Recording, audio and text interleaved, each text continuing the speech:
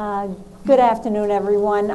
It's such a pleasure to see you and to welcome you here today. I'm Ruth Mandel, Director of the Eagleton Institute of Politics, and we are presenting today's conversation, fireside chat, but no fire, under the auspices of the Rutgers Center on the Governor. Governor Thomas Kean, one of our two very honored and distinguished guests this afternoon, as you know, is the two-term governor of New Jersey. He served from 1982 to 1990. Governor Kean squeaked into office with an 1,800 vote margin, I think is what we talk about all the time, but then was reelected with 68% of the vote and an enormous show of support from the citizens of New Jersey for his leadership. Governor Mario Cuomo, the 54th governor of New York, was elected in 1982, and he was reelected twice in 1986 and 1990, the longest-serving Democratic governor in the state of New York, and also set records for the largest electoral victories in that state in his two re-election races. So we have here two people whom we all respect, and the citizens of their states continue to respect, actually many years after they left office.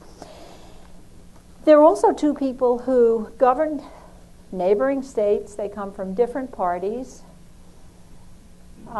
And yet they managed to become friends during their time in office and also have remained friends since then. We hear it rumored that during your time in office, you got together to have dinner. I think once every 6 weeks is what we heard. If it was more often than that, we haven't been told. But what we really want to know is kind of a nosy opening question. Where did you eat? What did you eat? And if we were flies on the wall, I guess you didn't eat in the kind of restaurant that had flies on the wall, but if we were flies on the wall, what would we hear you talking about? Do you remember meeting every 6 weeks? I remember eating every 6 weeks. Right? Yes, yeah. We'd get together when there was something to get together about, which was often the Port Authority. Needed to make sure the Port Authority was investing in the two states in a way that was compatible with the wishes of the two states and their governors. I think we got together a lot more than, I don't know that I could do the research to support this, but I suspect we talked more together than most governors of New York and New Jersey have. And I hope in the future, Christy, for example, and my son will get together frequently because, and I wish them the kind of relationship I had with Governor Kean. But you only have to meet with Governor Kean once to know you want to meet with him regularly. Because what is it? What magic does he have? Well, he's intelligent. He's very experienced. He was a legislator before he was a governor. That helps a lot. I was not, and I wish I had been. But the principal thing is whether he was a Republican or not didn't mean a lot to me. He was a person who was concerned about the essentials, who was intelligent. I was regarded as a liberal Democrat, and that made me laugh, because I had been rejected in my first campaign because I was Italian-American, Catholic, president of the Catholic Lawyers Guild, had 5 children, and had big hands. And so they thought, and I was told by the New York Post, well, you're a conservative. You're at St. John's University, so you must be a conservative. Well, all those presumptions that come out of parties are a burden. They're not an advantage. And so I think what my philosophy was, there's a place for ideology in political policy making, but it's not first place. First place should go to common sense and a pragmatism. I would call it a benign pragmatism, because with a name like Mario Cuomo, if I just said pragmatism, people would think of Machiavelli, and they would say, he's bad, you know, and Machiavelli wasn't bad. He wrote for the princes who were bad, but he was Machiavelli. And so that's what Tom Kean was. He was intelligent. He knew what the issues were.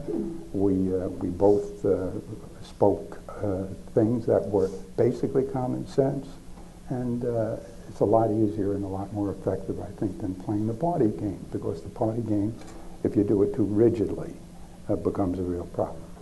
And there's a little bit of a difference, too, in the jobs that we had. Governors, in my mind, get graded on policy and accomplishments. What you actually get done in a real sense for your state. You don't get graded in how you vote like legislators do, and therefore they get graded if they're enough to the right or enough to the left or whatever. Governors get graded in what they do, so you talk more about policy, and you get interested in policy, and you get interested in what you can do for the state. And very little of that is really Republican or Democrat. It is, as you said, common sense. And when we got together, we talked about what was common sense, what were the needs of New York, what were the needs of New Jersey, how could we get together on those needs, how could we take, for instance, the Port Authority dollars that were available to the states and make sure they were used in ways that were going to benefit both states to the best of our ability. And those basically were the conversations. And I found out, you know, not only the nice thing, I hope it's still true among governors, but my best friends among the governors had nothing to do with who was a Republican and who was a Democrat. I mean, I was a good friend of Mike Dukakis's. I was a good friend of, well, not Alexander, but he was a Republican, but of the two education governors in the South. One of them came, Lamar was Republican, but North Carolina, what was his name? Yeah, so I'm thinking he later became Clinton's education secretary. Clinton, too. A very good friend, and Jim Hunt of North Carolina. They're both great friends of mine, and we worked together on education policy, and a guy called Bill Clinton, because we're all interested in education, and it didn't matter whether you're a Republican or a Democrat, you were interested in policy, and I think that's an advantage as governors had, and as we got to know each other better, what I found. You know, I didn't remember this, but there was something we decided, I don't know what it was, when we were doing things here in the States, and something you did agreed to, I think. And I don't know, maybe it was the ferries or something, but the mayor of New York was not happy with it. And he said so publicly. And I think I said to you next time we met, no, we don't really have to do that. We can do something else. You said, no, that's part of the agreement. It's fine with me. And that was the kind of relationship. I mean, your dead honesty and integrity just sort of shone through all the time. And that made working with you very, very easy. Geez, I'm glad to hear that. But you see, especially from a Republican.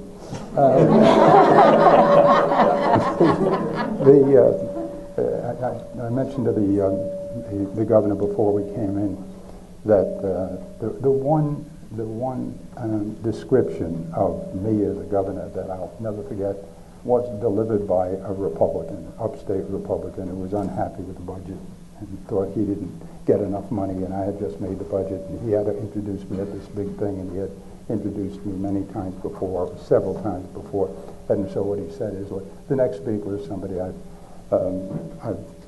introduced time and time again. It wasn't time and time again, he was just bored about having to introduce me. And he said, so I went to the dictionary for a little help, to beef it up. And I went to the word governor. And here's what the dictionary says about governor. Governor, a device attached to a machine to see that it does not operate at maximum efficiency.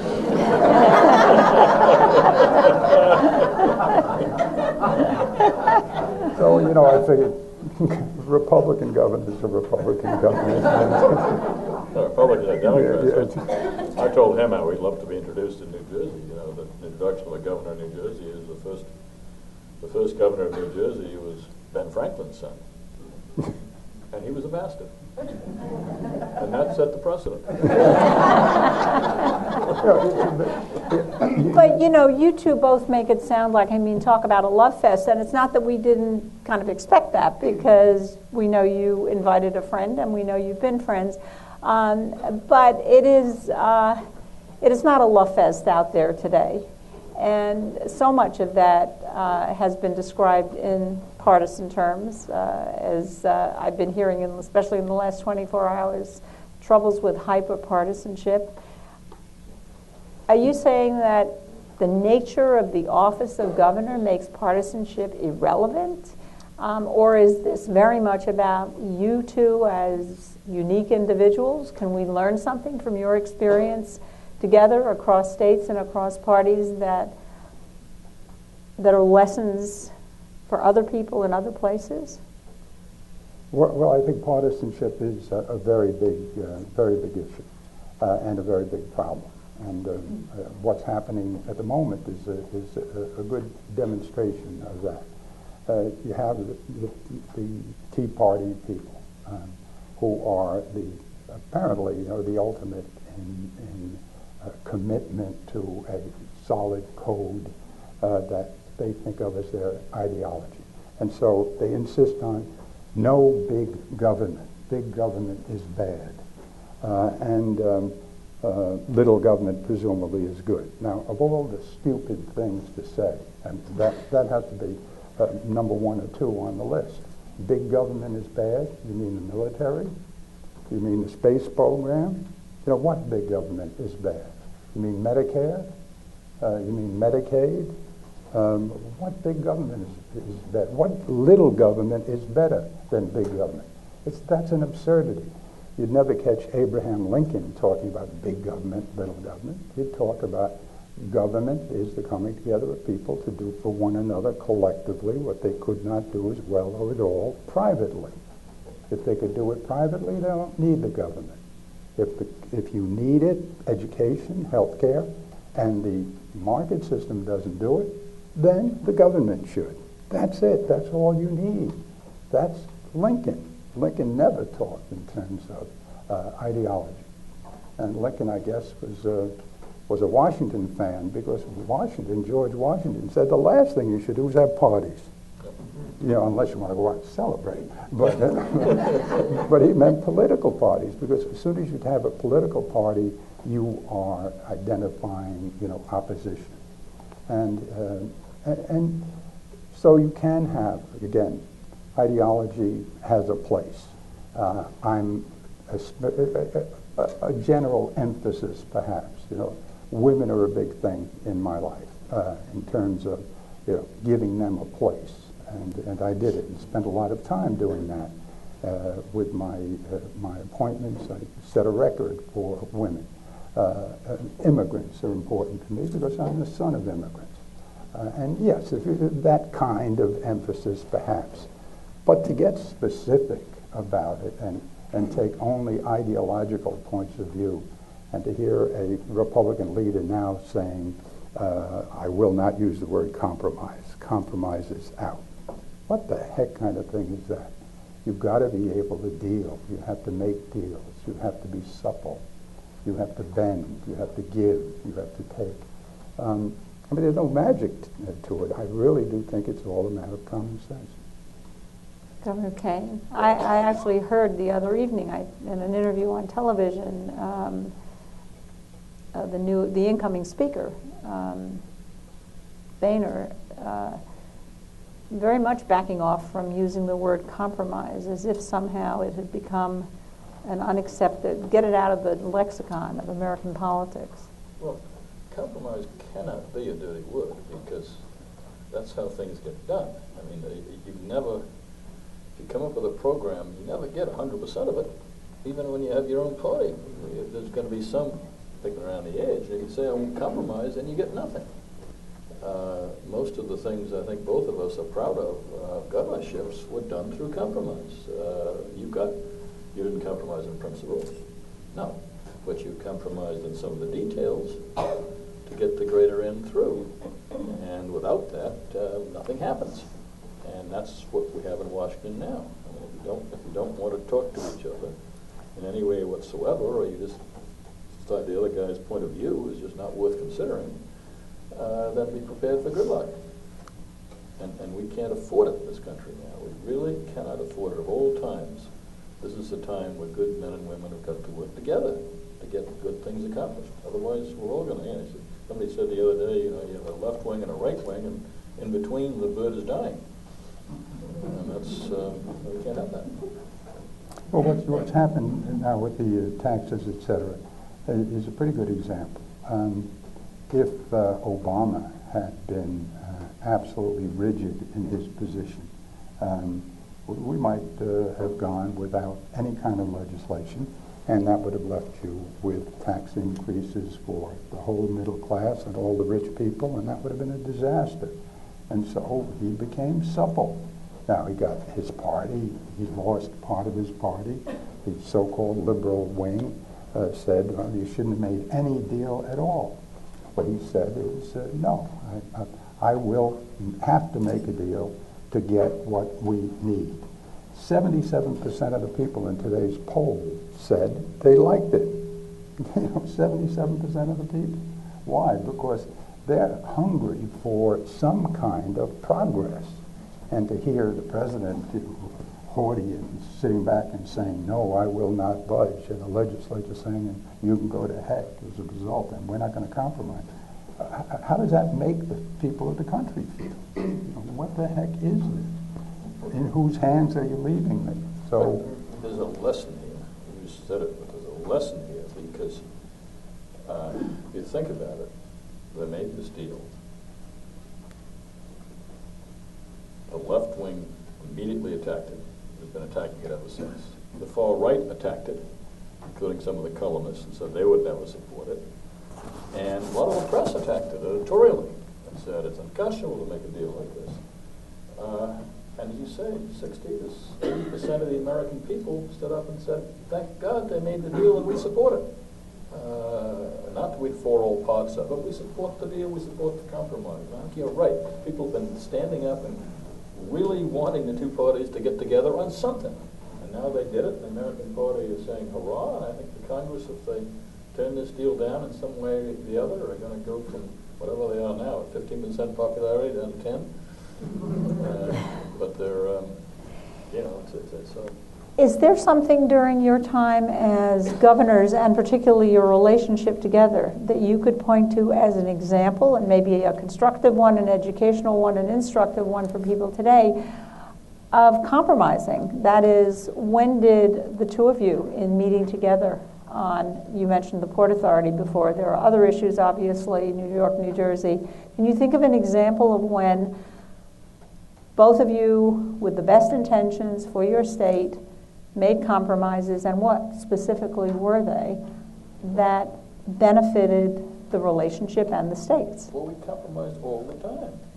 Every single time we met, because New Jersey wanted a whole bunch of stuff, New York wanted a whole bunch of stuff, and there was only so much money to go around, and we figured a fair thing, you got 50%, I got 50%, because we do the tolls that way, and we, he would have liked to have a whole bunch of more stuff for New York. I'd like to have a whole bunch more stuff from New Jersey. But every time you had an agenda, I had an agenda, we'd lay it out, see what was possible, divide up the money, and basically suggest to the Port Authority that since we vetoed the minutes, that they'd suggest they would go on. And they did.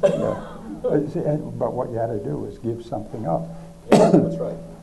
So did you get punished for it? You have more people that are riding the trains. I have more people that are doing this. I have 65% of the people, so I should get 65 of this. We didn't do that. New York with New York, New Jersey with New Jersey. You're a state, I'm a state, and that's the way I see it. It's not how much money did I give New York, how much money did you get for Jersey, and since I'm a bigger state because I have more people, I could get. You could have done that, and it would have had some kind of logic, but it wouldn't work. And so what we did is, you have a problem, to tell me what it is. If I can get it done, I'll get it done, and we did. Did you get criticized for it? Was it such a different media world that you didn't suffer the consequences of today's scrutiny? Oh, sure. No, I was criticized all the time. Yeah, he was. I remember that. He criticized one. No, yeah, because criticism is part of it. But the best politician in my house was my mother, actually, and she couldn't read or write. She was an immigrant. She came here and told me in one of our campaigns against Ed Koch that we had a little grocery store, and she came in and she said to me in Italian that, you're going to lose the race. I said, why? She says, well, because you don't like the death penalty. Now, and she says, why don't you like the death penalty? If it's a bad man, you've got to kill him. I said, no, And I tried to explain to her. He says, well, Koch, he likes it, and the customers are saying they're going to vote for Koch because he likes the death penalty. You don't like the death penalty. I said, Mom, in Italian, I said, would you have your baby, because I was her baby, would you have your baby change just for this? I can't be like that. She says, okay. She says, you're going to have to lose. You do this. You tell them you want the death penalty, whatever. After you win, forget about it.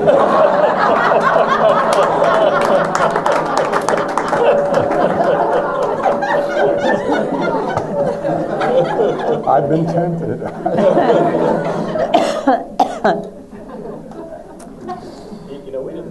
We didn't always succeed in what we do. Do you remember the time we tried to finish once and for all that controversy of Ellis Island? Oh. And we thought we'd settle it at dinner or breakfast, whatever we had together, because it was kind Also, it was breakfast too. Not just dinner. But to me, this made perfect sense. I felt look, New York and New Jersey have been fighting for years over who owns Statue of Liberty, and Ellis Island, where the ferries go, who come back from, and everything else. And said, look, let's say nobody owns Statue of Liberty, Ellis Island. It belongs to the American people.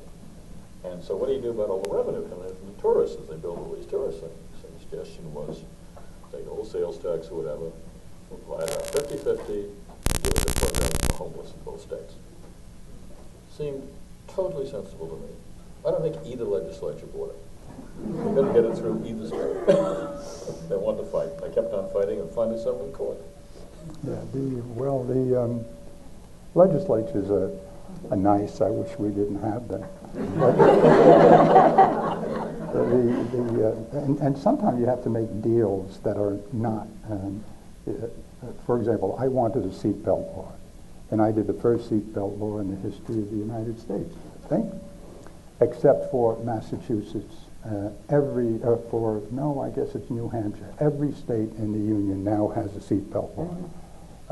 New Hampshire's motto is "Live free or die." So they don't have a seatbelt. But in order to get the seatbelt law, it was very, very hard. It was very unpopular, extremely unpopular with everybody, Democrats, Republicans, etc.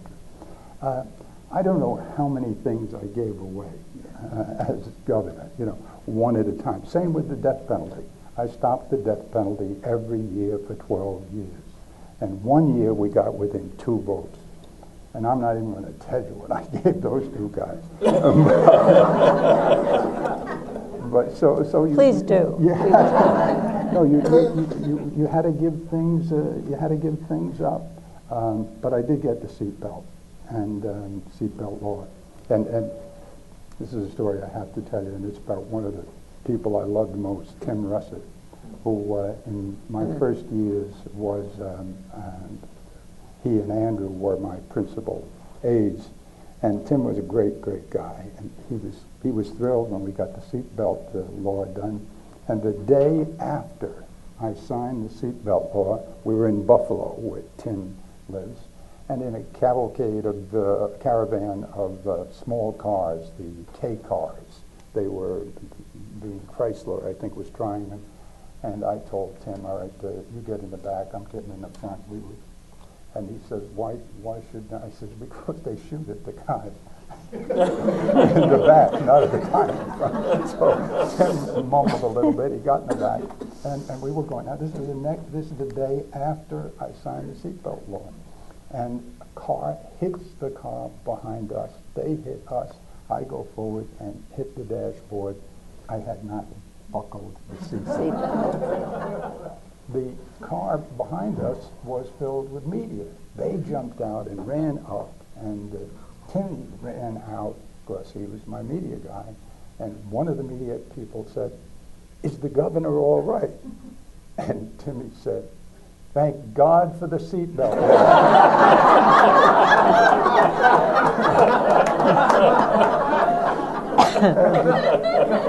And I told that story at the request of his wife at the funeral thing that they had in a big building in Washington. And she said, "Tell that story, Mario, because it makes him human. Everybody's making him a saint, but he was human." And I added, when I told the story, I said, Tim could get away with that because he was taught by the Jesuits. And the Jesuits teach you that the definition of a lie is the withholding or the misstating to someone who has the right not to be deceived. And Timmy's logic was, these bums do not have the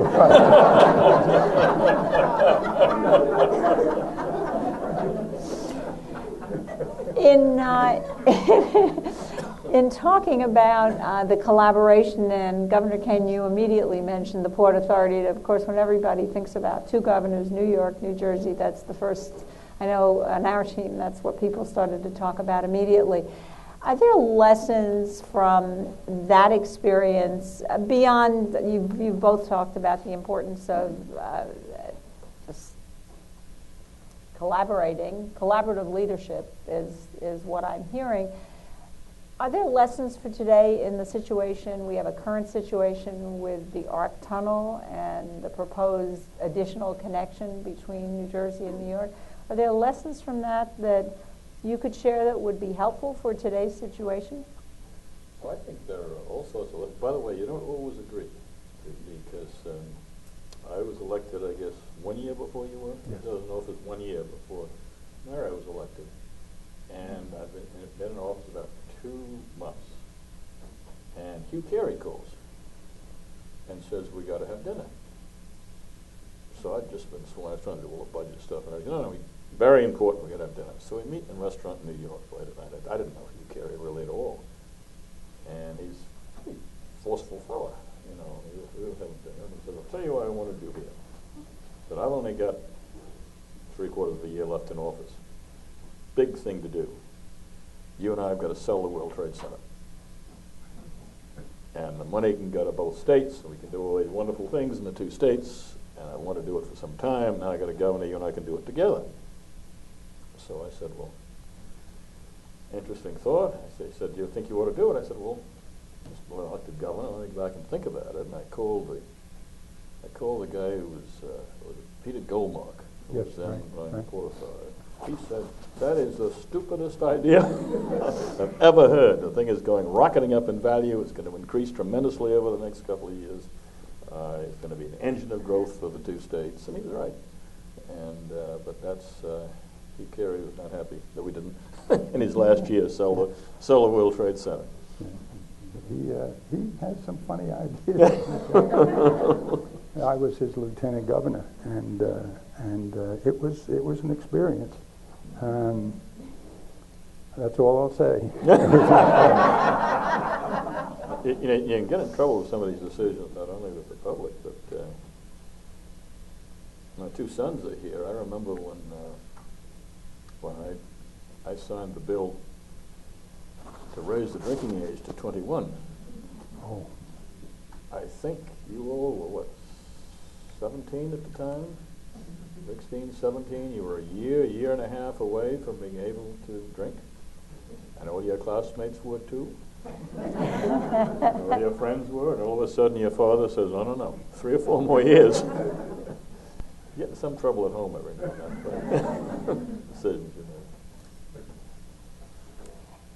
make. You were both national leaders. I mean, you were leaders of your states, and you were national leaders. Each of you gave the keynote address at the National Party Convention. Is it helpful for a governor in his state to be a national leader? Is this something that is helpful, or is it an ongoing problem? We get responses when Governor Christie now, and we can point to many governors in other states who travel around the country speaking for other people and spend a lot of time out of the states, and they get criticized. On the whole, was this something that enhanced your ability to govern the state or got in the way? I think it helps up to a point. I think people like in the state to have you recognized nationally as long as it doesn't go too far. They don't like you running around giving speeches all the time when you should be watching the state. Vernon Jordan said to me, once you said his grandmother said, you keep your nose in your own garden, because when you put your nose in somebody else's garden, the boll weevils come. And there's some wisdom in that. But I do remember, by the way, when I got offered the job of giving the keynote, the Republican convention, he had just given probably the greatest keynote of all time. And so I called him and said, what the hell should I do? What is this thing about? He said, call Andrew.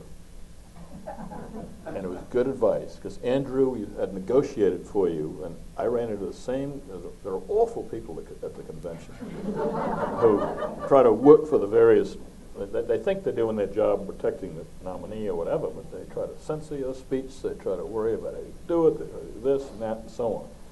Andrew told me how to deal with those people, and he was right. And at one point I said to them the day before when I wanted to change a paragraph, I said, get somebody else to give the speech then. They said, no, we didn't mean that. But Andrew gave me wonderful advice, and I was very thankful you referred me to him. That was a speech I didn't want to give, but let me talk about it being a national figure. Yeah. If it's an issue that affects your state and also affects the rest of the country, then of course you're going to be taking a position.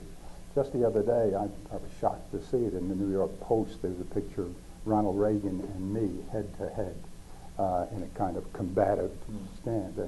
And what that was about was maybe one of the most important issues we ever had while I was governor, and it was the deductibility of state taxes, state and local taxes. What Reagan did, I got to know him very, very well for a number of reasons. But what President Reagan was trying to do was get more money for the federal government.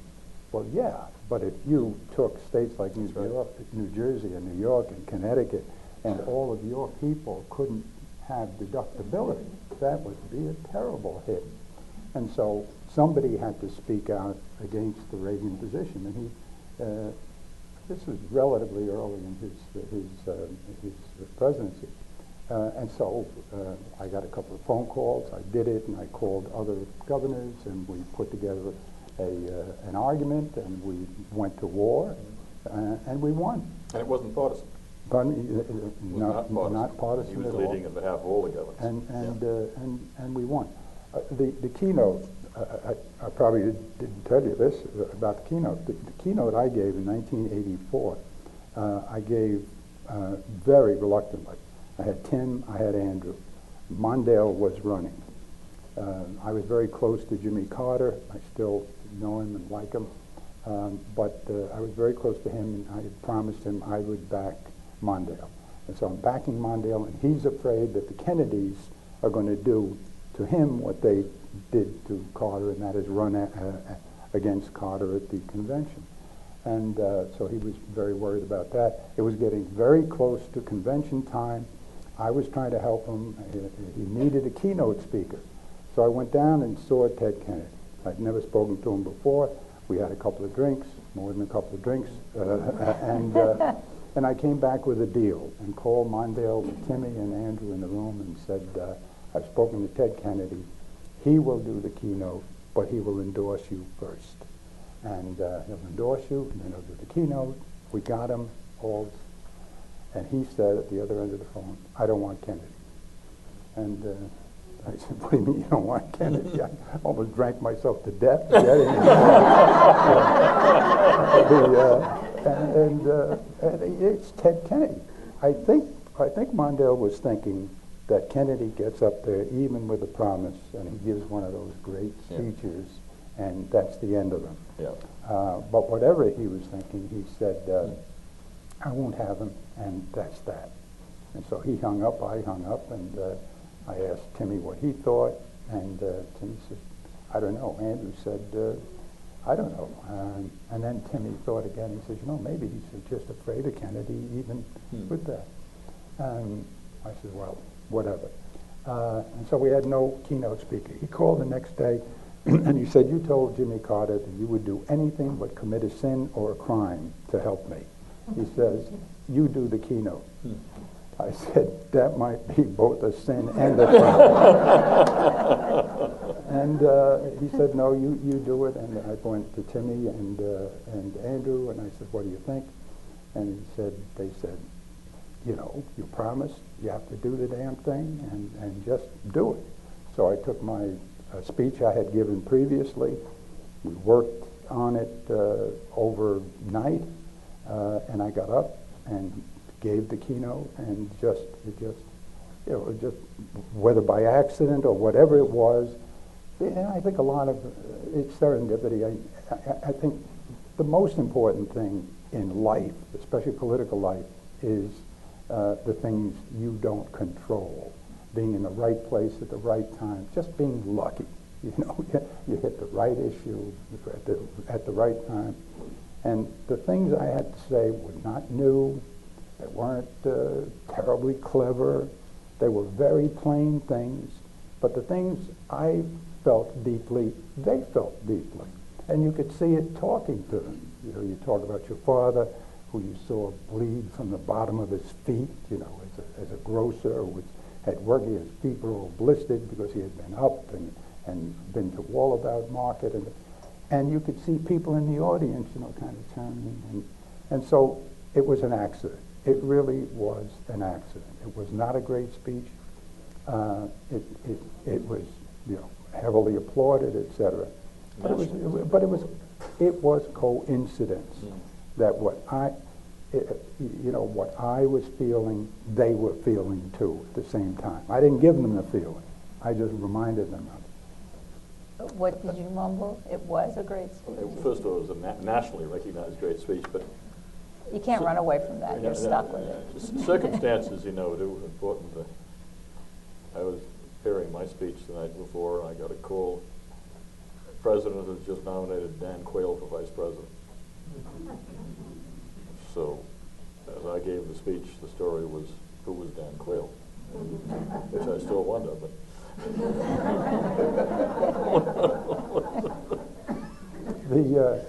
Quayle was not. Quayle was a pretty smart guy. Yeah, smarter than people thought. Yeah, no, I had to debate him in his original state, which I think was Indiana, and then he moved up to the Northwest, and so it was all his people, and he was controlling the event in the beginning, and he said, Mario Cuomo is he's a tough guy from New York, and I was getting ticked at him, but the deal was, you'll debate, and then at the end, you'll each have a question for the other.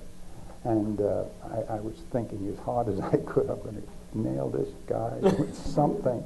And so we go through the debate, and it's kind of back and forth, and then comes the time for me to ask my question. And I said, how do you spell? And everybody started saying, dirty woo, they were booing. I said, wait a minute. I said, how do you spell the word heroes? And I mean the Italian sandwich. And everybody in the audience said, what is it? Is it with an E-S? No. And what he did, he looked at me, he looked at the audience. Didn't I tell you he was a tough guy? and that was the end of it. And he walked off the stage, and I walked off the stage, and he never had to answer the question. We got together later. He says, how do you spell it? And I said, I'm not going to tell you. And I didn't, and I bet he still doesn't know. How do you spell luck and clever? You know, former Governor Edgar of Illinois was here at a different meeting recently and was asked something about good and bad times to be governor. And he had an interesting answer. He said that he thought the best time to be the governor of a state was when things were really bad, because then you had to make changes and you could get the support.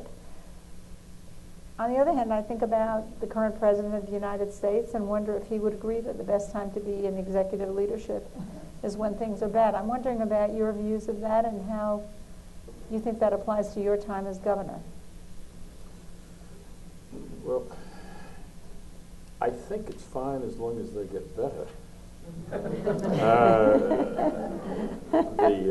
mean, when I first came into office, we was until this time considered the worst recession since the Great Depression.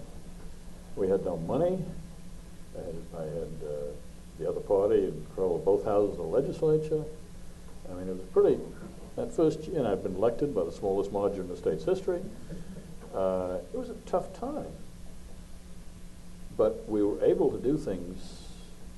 We had to as an administration. We had to get our act together. We had to work hard. We had to do things right. We had to make contacts with the legislature that went out of able to. It was served us very well in later years. As the economy started to come back, we really had the act together, and we knew what we wanted, and we had a program, and we had our policies. And but you can't have the bad times last for a long time. And that's what problem the president's got right now. This recession is lasting a lot longer than anybody predicted it would. I think Time and chance and circumstance. I think there is no really intelligent way to value the work of a president or a governor. What we settle for is the condition of the state when they're finished, as though the governor, the president, created the condition. And they never create the condition. You have a legislature, you have the federal government, you have yourself, you have the courts, all these things combined. Okay, you show leadership, et cetera, but to equate the success of the state with the giving him all the credit. I have not done my portrait. They put the portrait of the governors up in New York. I don't know if they do it in New Jersey as well. And I said, I'm not going to put the portrait up. Because, I mean, what for? Well, we're supposed to be honoring you. I said, for what? You got some bums up there, should have gone to jail. And I said, no, if you wanted to honor 12 years of what I did, write a piece about things I did that you think were good, that we did, with the legislature and my staff and everything else, and say something about the whole team that operated. Even then, you're going to be exaggerating because you have the element of good luck. You have the federal government's interposition. So it's very difficult.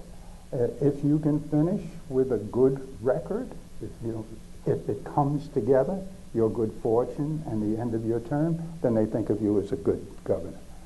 If you're down, then you're a lousy president. Right now, Obama is at 41. The last time I looked at the polls was 41. Why? Because things are still bad. But 77% of the people like this deal. If Obama gets rid of Afghanistan and maybe gets out of the Middle East even beyond that, really empties out of Iraq and ends Afghanistan, and the economy is up a little bit, he'll be a second-term president. If he doesn't get that, if Afghanistan's still there, and if we're still grinding ahead with 1.5% growth, he's dead. And there's gridlock. Yeah, and he's dead. His only hope is to do what Clinton did in his second term. Clinton's first term was all Democratic. His second term was all Republican. The whole legislature was Republican. And so he did his triangulation, which was just hyper partisan, bipartisanship. Made deals with Gingrich, made deals with all the Republicans. took down the welfare program and irritated a lot of liberals. And he got out with 22 million new jobs, balanced budgets, and a $1.5 trillion potential surplus. Wow. Now, it's a wonder to me that we don't make more of that, because with this mess, all you have to do is look back to that decade and say, look, if those guys could do it, why can't we? You know? And a lot of that, some of that may come back, because whether he did it deliberately or not, when Obama put Clinton on the stage the other night, he really made this deal. I mean, he made the deal. And maybe what he ought to do is marry Clinton, you know? You know, I'm reading a lot about Teddy Roosevelt recently, and Teddy Roosevelt was very discouraged when he left office because he really wanted to be a great president. And he said there's been no great president in American history unless he has a war. And he got the Nobel Peace Prize, Teddy Roosevelt, for negotiating peace. But there was no war. And he thought he was going to go down as a less than great president because he didn't have a war. I found out one thing I learned very early when I was governor, because I had the Democratic legislature in both houses. First of all, you know, the legislature comes up with some good ideas. And Democrats or Republicans, some good stuff comes out of the legislature. When you agree to it, and the Democrats sponsor it in both houses, and send it to you, and you sign it, it's the Kean program. Nobody has any idea who sponsored it in the legislature. And you can, at the bill signing, you can say to Senator so-and-so, you are the greatest thing ever. You've done this wonderful thing for our state and our country. You're so terrific. Nobody remembers that. You can run for it. It's on it. It's a Kean program. And the president's the same way. I mean, the president, if he does compromise and they get some stuff through, like this first compromise, and it keeps on going, he will get credit for every good thing that's done, whether it comes out of the Republicans or not. And he'd be smart to remember that. I have a whole bunch of questions, but I'm going to ask two more, and then turn it over to some of our distinguished audience members who are waiting for an opportunity. But I'm going to play, for the first of the last two, for number one of the last two, I'm going to play TV host and throw some names out. And hostess, must I? Okay, hostess. And throw out some names and have you both respond to them. So the first name I'd like you to respond to is Donald Trump. How? Well, did he make your life easier? I agree with his Did he make comment. your life easier or harder as governor? And how did he affect your relationship, if at all, with one another? I don't think he affected our relationship at all. He was very nice to me because he wanted to build casinos in New Jersey. And when Donald Trump needs something from somebody, he's very nice to him. And so I got along fine with him. But he had a very definite agenda in Atlantic City. Presumably he got the casinos. Yes. He came to me for something too, which he didn't get, and he wasn't nice to me.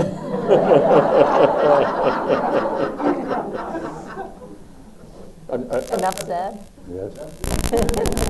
I remember the time that when he called up one day, I was governor, he called up, and Donald Trump's in the phone. Something was up for the casino, something they wanted. I didn't want to give them, I don't know what it was, and I thought, doggone it all, talk to this. So he started off the conversation. He said, it's a nice day today, or something like that. I said, come on, get to the point. What do you want? And he kept talking like that. And finally I said, I've got an appointment waiting, Donald. What can I do for you? He said, well, I just thought it was time to call you up and tell you you're the best governor of the country. And I thought, that's a smart man.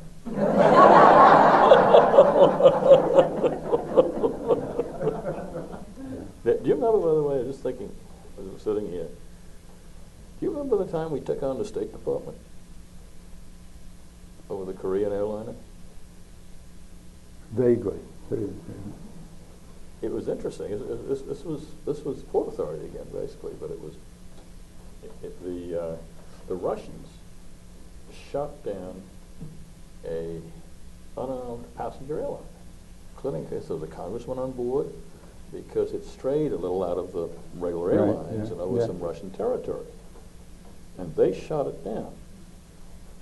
And basically, for some reason, whether it was diplomacy or whatever, our reaction was sort of, we shouldn't have done that, and that was about it.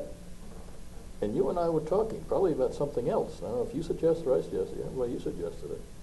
Said, you know, we shouldn't just let them get away with it. So we said, basically, we control the New York airports, New Jersey airports. And so together we said, you can't land here. That's right. Anymore for a period of time. We're not going to accept any Russian planes. And George Shultz, who was Secretary of the State, said, you can't do that. And we did it.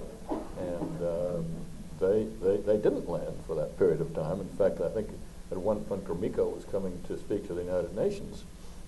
And the State Department said we can land him up at Stewart Air Force Base. And he said, that's an insult, I'm not coming. So we had that kind of period. And it was about a year and a half before I gave the keynote speech for Republican Convention. And so Nick Brady, who was then Secretary of the Treasury, said to me, will you have lunch with my wife and I and George Shultz and his wife? For dinner, I guess. So I said, fine, we're out in New Orleans. And we had a nice dinner that could have been pleasant. At the end, Schultz pulls me aside like this. He said, you remember when you did that? I said, you wouldn't do that again, would you? And I said, not unless I shoot down another airliner. Remember that? It was yeah, no, I remember that. Yeah. Now, some positions, you don't have a lieutenant governor. Now we do. First You one. do? First Oh, one. really? First one. I didn't have one. Yeah. I was a lieutenant governor, and they asked me what it's like to be a lieutenant governor. I said, lieutenant governor is neglected positive, like the word inept. Nobody ever says ept. If you're a lieutenant governor, the assumption is you don't do anything. Then why do you have a lieutenant governor? Well, why do you have the word inept? Because there's no ept. Yeah. So that was the worst thing I ever had. It was to be Hugh Carey's lieutenant governor. Yeah. Sometimes the best part about it was I had nothing to do. But he made fun of lieutenant governors, actually. Our lieutenant governor's been made also Secretary of State, so she has something to do. She's the Secretary of State, Yes. too. I was also Secretary of State. Well, yeah. No, I was Secretary of State. Simultaneously? And, as a matter of fact, it was the first job I ever had in politics. And when I came home, first of all, when I went to my mother and father with Matilda, and I said, we've had some success as a lawyer, et cetera, but they're after me to run for office, and I think maybe for a year or so we'll do it. And so I went in and came out eventually and said to my father, okay, Father, my first job is I'm going to be Secretary of State. He says, all your life you'd have been a lawyer, now you're going to be a secretary. So I was lieutenant governor, so I paid my dues before I got to be governor. So another name. How about Ed Koch? I got along well with that Koch. From New Jersey. Yeah. Born in Newark. Yeah. Ed Koch, I beat Ed Koch in a race for governor, and he hates people who beat him. So he hated me for a while. But then over the years we worked things out, and recently he was being honored and they called me up. I hadn't been invited to the honoring, but they called me up and they said, "Will you come? Ed's being honored, and you know, he's 83 or 84 or 107, whatever he is." And he said, "Will you come and speak for him, say a few words?" You surprised me. I said, "Yes, I will." So I came and I vowed to tell the whole truth. So I got up to the podium. He was standing off on the side, and I said, "I have always liked and admired Ed Koch more than he liked and admired me." And Koch said, "That's right."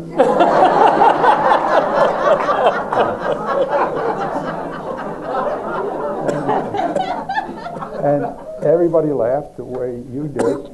And I said, "No."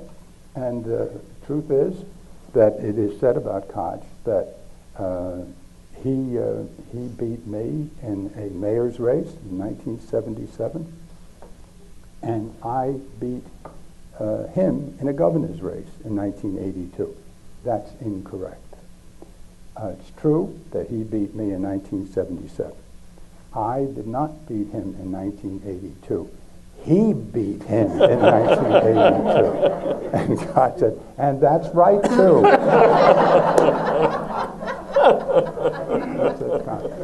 So there was nothing that Ed Koch did that the two of you had to deal with together in and around that with him that affected your relationship, or that...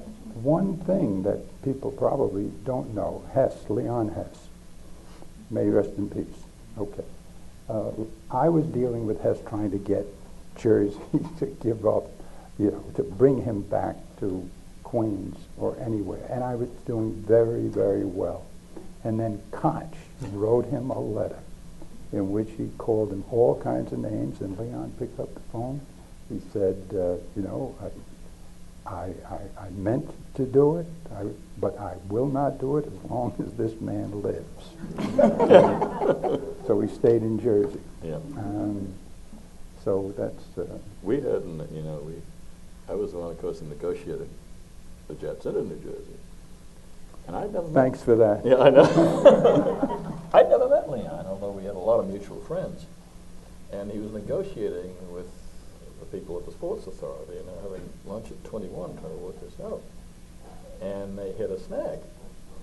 And they called me up in the governor's office and said, "You've got to talk directly to him this week. It's not going to happen. We've reached a total snag based on what you told us we could negotiate on." And I got him on the phone. The hang-up was that Koch had told you that he would come to New Jersey, but if you all build him a stadium, he'd come back. Well, maybe that was Koch. But anyway, this was the agreement. And I said, "No. You can't come to New Jersey and then say you're going back in 3 years or whatever if they build you a stadium." I said, "I can't do that. If you come to New Jersey, you got to come to New Jersey." And he said, "Well, I give it my word." And Leon's word was, you know, sacred. And I said, "Well, I don't know how we're going to work this out, because I can't have that as the main problem." And he said, "Look," he said, "I know New York City. I know Ed Koch. You'll never build it. You can't get it done. So we're not going to get a stadium." And I said, "That may be. I still can't publicize the agreement that that's what it was." And finally, he named some outrageous sum of money and said, "Here's the agreement. If they build me a stadium within 5 years or something, I go back and I pay the New Jersey this huge sum of money, because I know it's not going to happen." And I said, "That's a deal." So that was the agreement we made. We became, you know, Leon, enormously close friends. Yeah, good man. Yeah, I gave the eulogy actually as executor of his estate, and sold the Jets to Woody Johnson on behalf of the Hess estate. So we, after not knowing him at all, we became very quality, very close recognized friends. quality. Yeah. He's a really terrific human being, Koch, actually. He's very smart. He's totally devoted to his political life. That's what he wanted, and that's what he's done. He was in the service with Hugh Carey. They were very close friends. And he's got a terrific sense of humor. He really does. He's 85 now, and he's still working every day.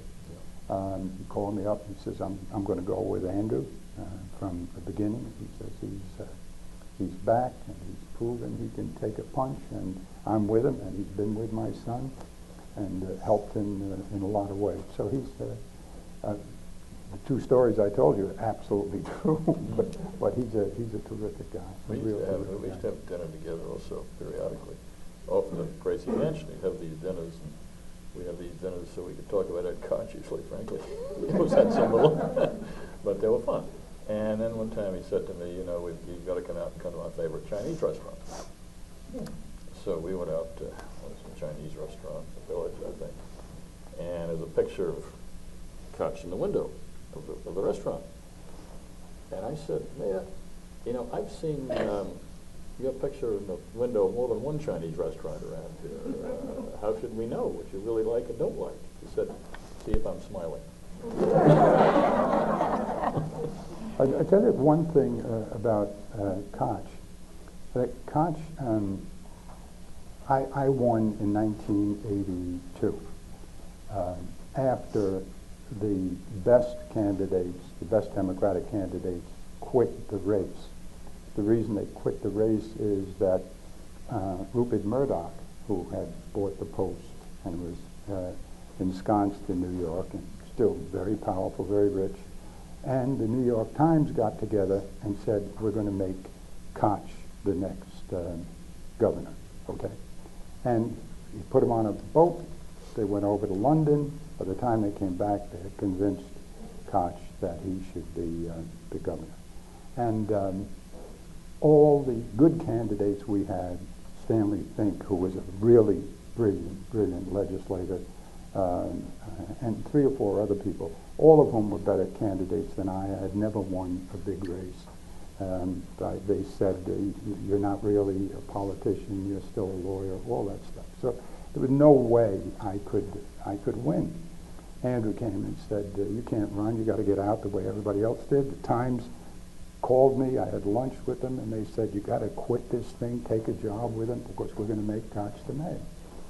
And I said, why? And they gave me some reasons. I said, well, I'm not ready to quit. I just want to see what happens here. I know he's spoken to a magazine and said some very unpleasant things about upstate, and I want to see what impact that has. I just want to see what's the lay of the land. And then I got an idea, and I wish this idea had worked after this description I'm going to give you of. I called Rupert Murdoch. I could not win. Everybody was begging me not to run. He did a Post poll, 38 points down. Okay, so you know it's a joke for you. I asked Rupert, what would happen if I debated Ed Koch? He said, well, they'd have you for lunch. I said, good. Why don't we have the first theater debate in history?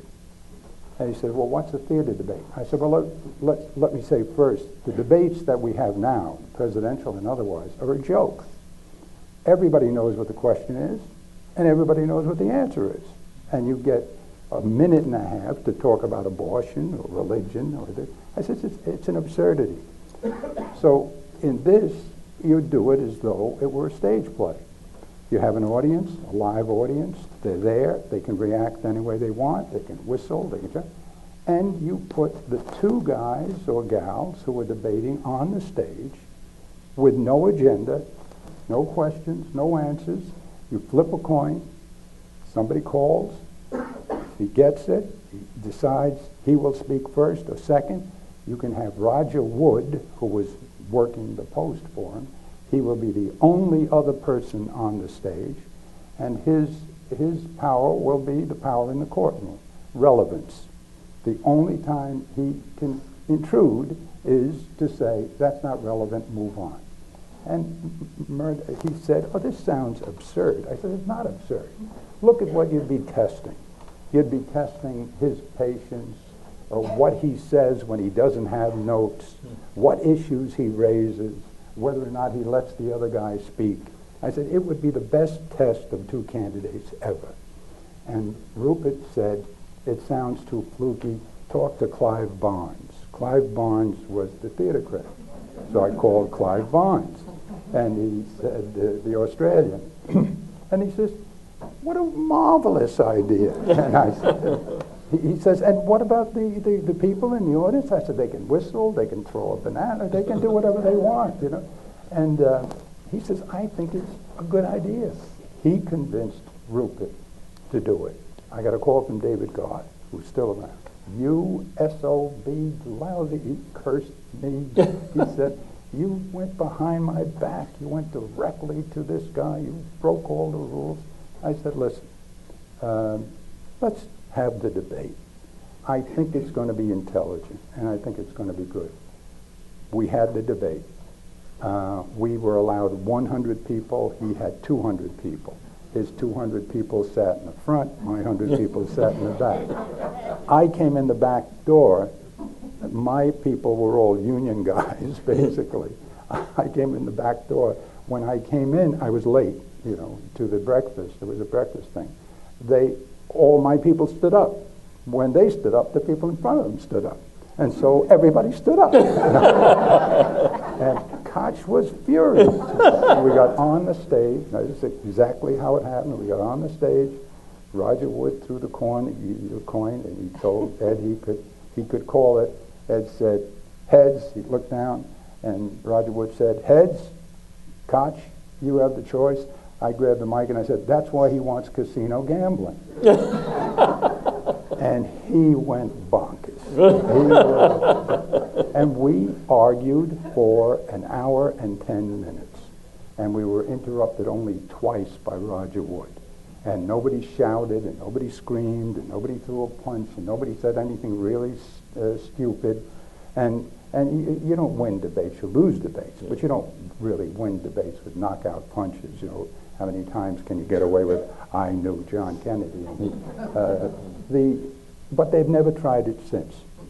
He called me, Goth called me after it. I got a good story in the Daily News, but it made me a candidate. Yeah. It made me had no money, and so David said, okay, we're going to get you in the second debate, and forget about theater debates. It's going to be an old-fashioned debate.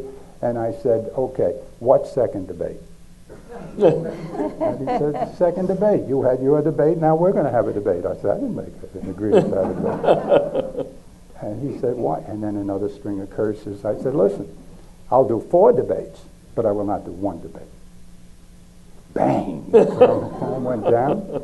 Phone calls back and forth. Andrew says, what's going on? I said, just keep telling him we'll do 4 debates, but not 1 debate.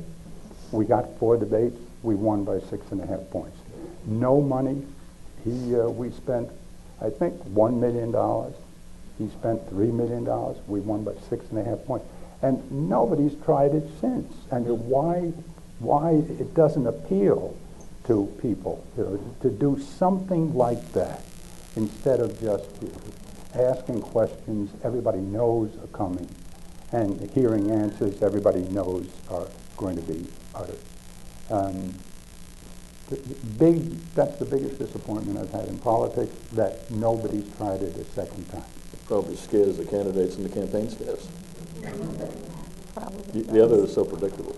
Could I want to give everyone in the audience, you've been terrific and generous with your time, and I was actually going to ask you a question that I'm going to leave and see if we can get in at the end. It's a really future-thinking, next generation, because you both have inspired sons. Obviously, one major legacy of your leadership, for those of us who look at your histories, is that you have 2 sons who've decided they want to be like their dads. I think that's what it means, that your son is the incoming governor of the state of New York, and your son is the leader of his party in the legislature. So I do want you to think about a 1-sentence answer at the very end to what is the lesson, what is the one piece of advice you would give your son today for the future of his leadership. But I don't want you to answer that now, because I want to turn to the audience for a while and see if we can cap things off with that piece of advice for the future at the end.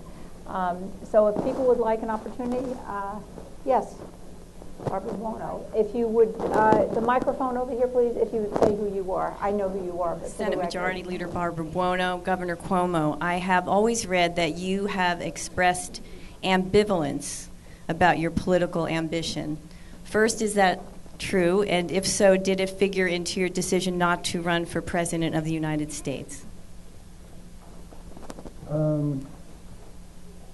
Where did you hear I have ambivalence?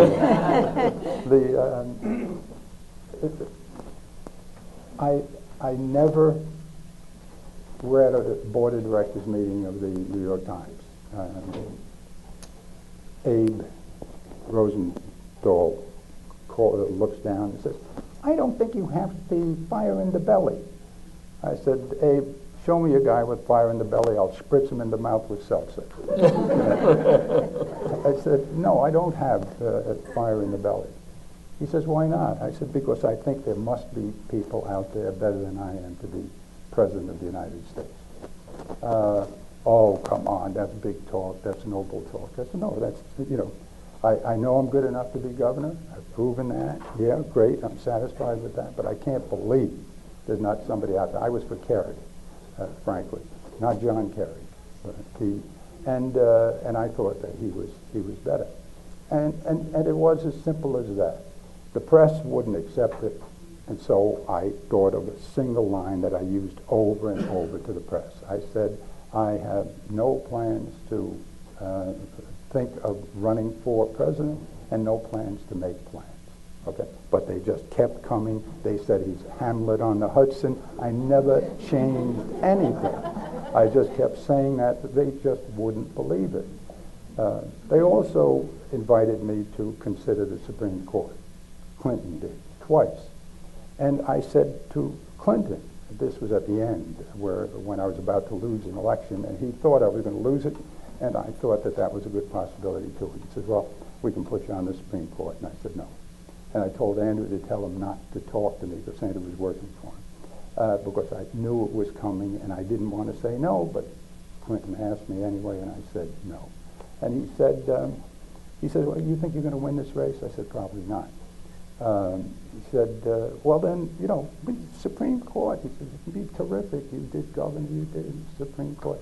I said, "Look, you get 75 cases maybe a year in the Supreme Court. Maybe I'd, write a decision here, a decision there. But what happens to the death penalty? What happens to all the poor people? What happens to all those issues that I've been doing now for 20 years? I'm invested in these things." He says, "Well, what will you be able to do? If you lose, then what will you do?" I said, I'll give speeches. I'll talk about them." And he says, "Well, how much good does that do?" And I said, "Mr. President, how much good does any of this do? We're little pictures in this universe." And for me, Mr. President, I think about the Arab sitting up there on the camel who looked down at the sparrow. Wonderful story. The sparrow's lying on his back with his claws distended. And the Arab says, "What are you doing down there?" He says, "They tell me the skies are going to fall, and I thought I would try to help hold them up." He's a silly little bird. And the bird said, "One does what one can." And I said, I would rather be free to go out and talk and argue, etc. The family didn't understand it. Nobody understood it, but it was as simple as that, and still is. What can I tell you? Oh, incidentally, because I didn't run for president, we got Bill Clinton. Because I didn't go on the Supreme Court, we got Ginsburg.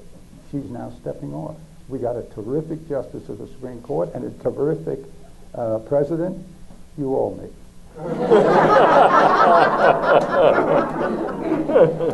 certainly do.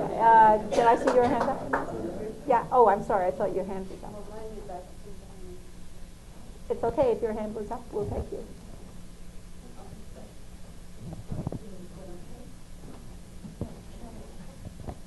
Hi, thank you. I'm Carol Kronheim, and I had the pleasure of working for Governor Kean. But now people said, "Oh, you worked in the Kean administration. Wow." So we've had to back that up a few years. I always say second term governor. My question is, where do we moderates go now? We are endangered species in New Jersey even, but around the country tremendously endangered. And we called rhinos in my own county. And it's an issue. We're wondering, where do we go now? How do we make it so it's safe for moderates in America?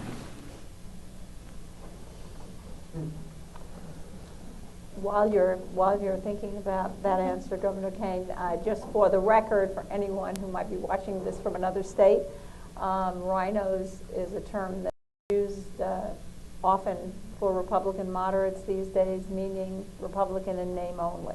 It's the acronym. So, just for the record.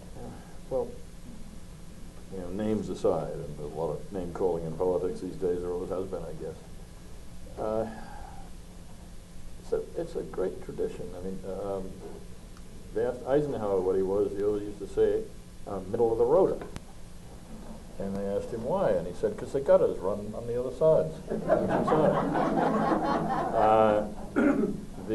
To me, it goes back to what we were saying at the beginning. Governing is often done in the middle. And if it doesn't get done in the middle, it often doesn't get done at all.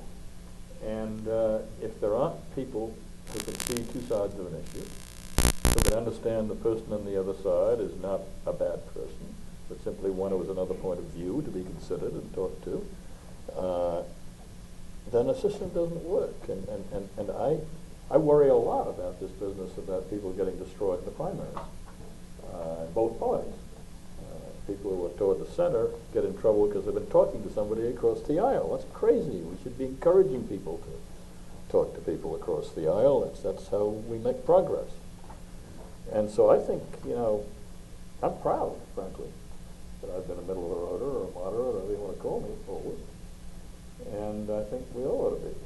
And because in the end, unless you believe that government is too big or these things that, like I agree, don't make much sense, I think the future of the country is going to be rest on the shoulders of those men and women who can see both sides of an issue and understand that one side doesn't have all the truth all the time. Yeah, well, I think that's the answer. The answer is it's the rigidity of the ideology that's at fault. If your theory is you can take 10 solid ideas and tie them up and say, here it is, here are all the answers, and I'm not going to vary from them. Here's how I feel on this issue, here's how I feel on that issue, and that's that. Well, that's foolish. That's silly. And it's not necessary, and it doesn't work that way. I mean, Lincoln, we honor Lincoln, most people, as the best president that ever lived. You can argue that. But if you read Lincoln, you read all of Lincoln, there's nothing like that in Lincoln. He gave the best definition of government, which I recited very quickly earlier. The best definition of government is so sensible.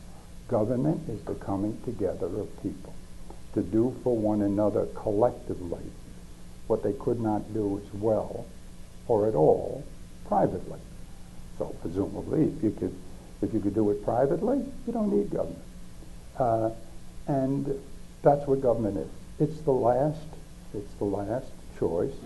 You need schools, and you're not getting enough education from the market because people can't afford to get skilled education that makes them skilled. Well, then the government should do that for you, or should at least help out. That's the way it should work. And nothing else makes sense. The Obama,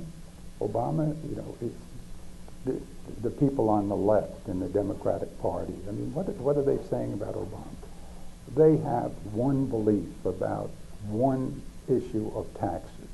They say this taxes for the rich, and it's wrong to let the rich people get away with this tax cut, this continuing tax cut, and hypocritical of the Republicans to want that. Well, maybe that's so. But the whole question of taxes, it's a good example of the rigidity. Some people say you can't raise taxes, some Republicans particularly, you can't raise taxes without damaging us at this time. And if you were to raise taxes, it would be worse. We're talking about raise taxes on the rich people. If you go back to Reagan is known as the biggest tax cutter in history. And he did give the biggest tax cut in history until George Bush, our Bush, the second Bush. And he did that. And he also raised taxes 7 times. And when you say that in a debate anywhere in this country, they boo, they hiss, get them off the stage. That's a lie. It's not a lie. 7 times, okay? And he started by raising taxes on Social Security, raising taxes on Social Security.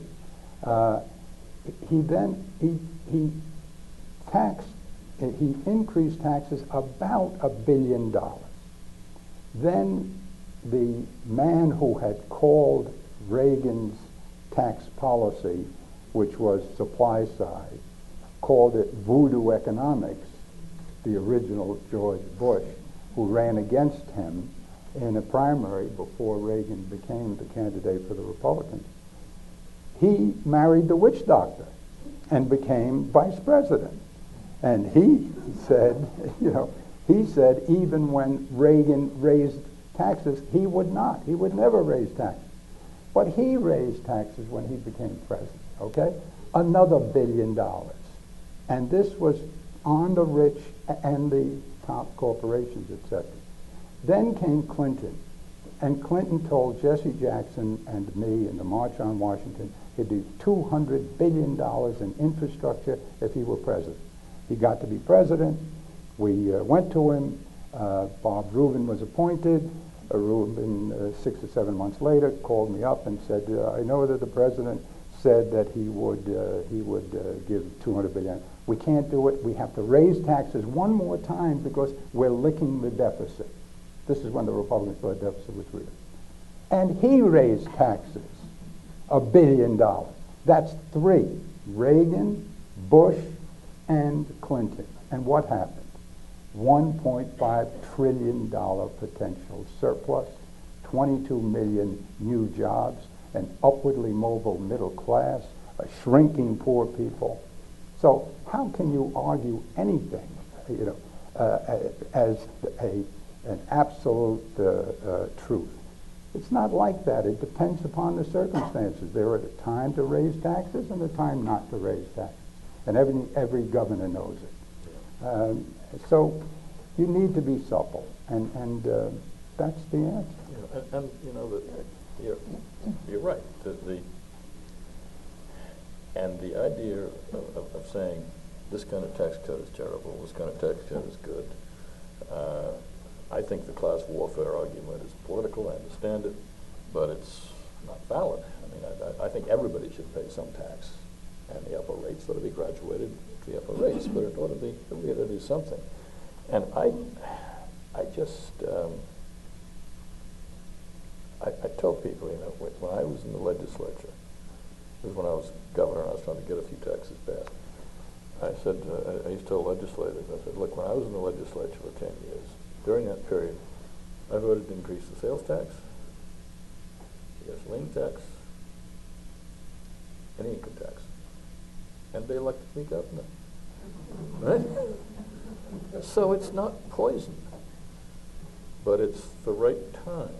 I think you can say, and I read a letter, you shouldn't raise taxes on anybody in time of deep recession. That's most economists agree to that, and on that side, I think Republicans know you're right on this issue. Not now. Doesn't mean you don't do it down the road. And to say when you're running for office that you'll never, ever do something, not good. It's not good public policy, I don't think, to fence yourself in like that before you know what circumstances are going to bring you. Are we okay on the tape? Good. Would it be okay with you if I let one or two more people ask questions? It's just because we agreed on a certain time, and I don't want to. It's his time. He's take kind enough to come advantage here. of your. So, Okay, I know I didn't look at this side of the room, and is there somebody here who had a hand up who is dying to ask a question? Yeah. Nick Acacella. I don't have a question. I want to be bold enough to contradict something Governor Cuomo said earlier. I was there that night. It was a great speech.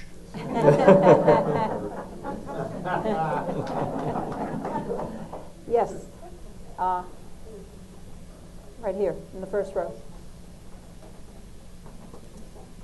Okay, I'm Vanessa Banti. I'm a graduate fellow at Eagleton, and I have a question coming from just a kind of younger generational. We've been talking about bipartisanship, and it seems like the ideological chasm between the two parties now is so great that a lot of people, especially people my age, that go into the public sphere thinking, oh, there are good ideas on both sides, find themselves having to really put ideological stakes in the ground on certain issues, and can't envision a world that's more bipartisan, or envision a place where people have stuff they feel so strongly about, and there seems to be so, on either side, little will to compromise on certain issues that people really feel like we can't give this up or that up. And I'm just wondering if you have advice for how to kind of counteract that.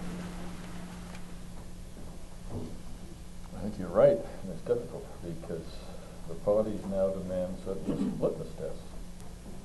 If you want to run a Democratic primary, you've got to have certain beliefs and a certain number of things. Otherwise, you probably won't get the nomination. The same thing in a Republican primary, and I think it's unfortunate because it lends to the kind of rigidity that we've been talking about in the two parties. And I never minded, frankly, when a candidate gets up there and somebody gets up in the audience and says, but you said you do this and that. Thanks for a candidate to say, I changed my mind. It's not an awful thing. We all change our mind on things. If we're listening, we can get convinced, change our position sometimes by superior logic, I hope. But I think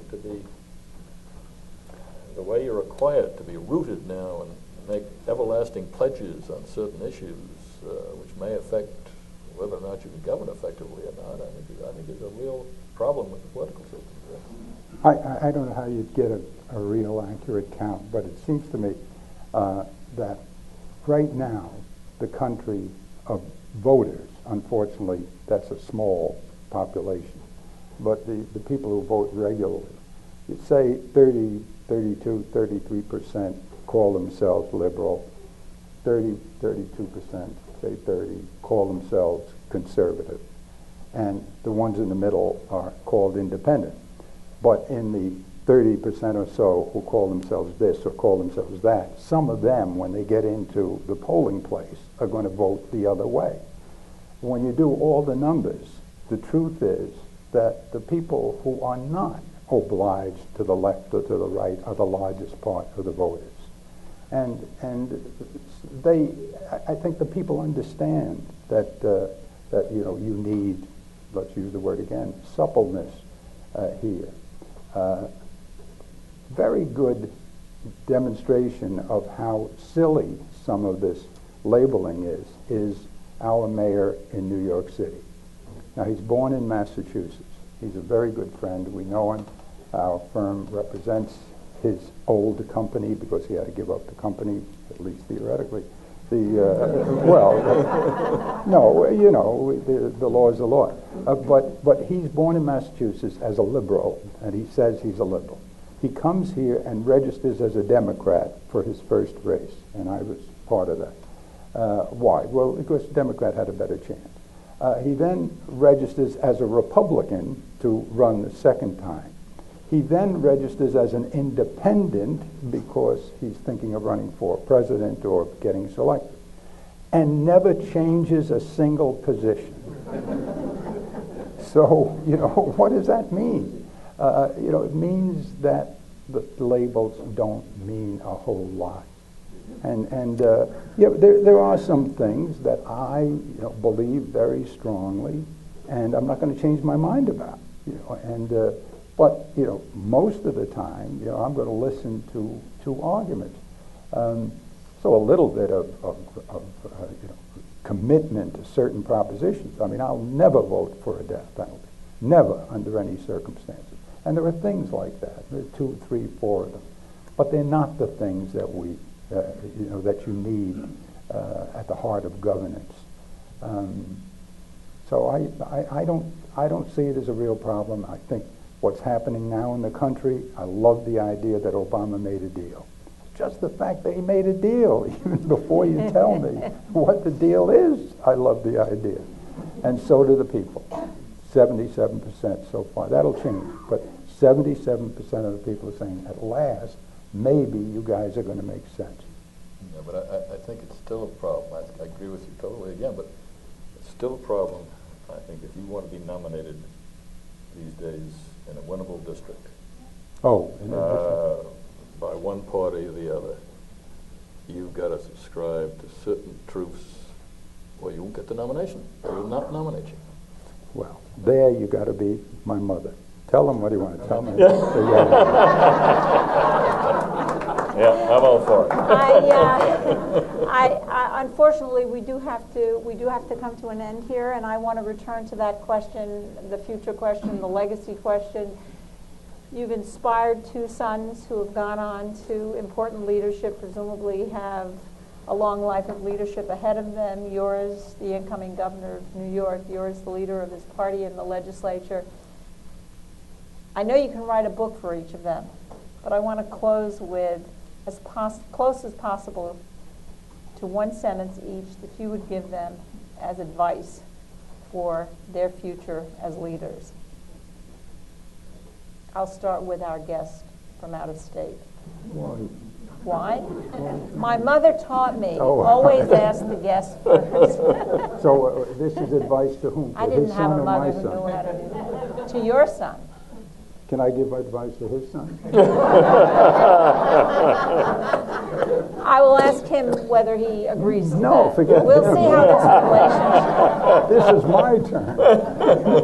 No, I've given the advice to Andrew, and he's done what he had to do, and I think I told you already. The advice basically came down to win this thing, go up, put the swearing in on January 1st, say a nice speech about your parents, principally, and then tell the lieutenant governor, after you're made governor, tell the lieutenant governor he's in charge, you quit. And now you can forever say there were two Italian, governors named Cuomo from the same family, and still not have to face the hard work there. No, but my advice to Tom's son would be to look closely at your father, not just as a governor, because he was a great governor, and we all know that, but nobody's mentioned what else he did after 9/11 and how he was selected for one of the most important positions ever, that commission where the world was listening to hear what would happen next. And he went up there, and with his intelligence and his sobriety, and he was magnificent. So that should be your model. And it wouldn't be so bad if on this side of the river somebody had a family with two governors in it.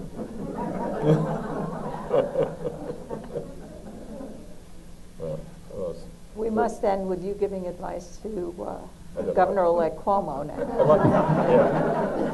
Only to be fair. I like that so much, I don't know what to say.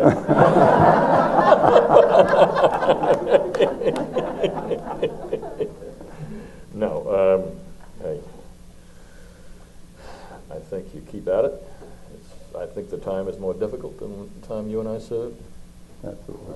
You do your best not to settle. And you, I think if my son had an example to follow, I'd say Mario Cuomo wouldn't be a bad example in the way he's conducted his life as well as his governorship. I was hoping for that. Thank you.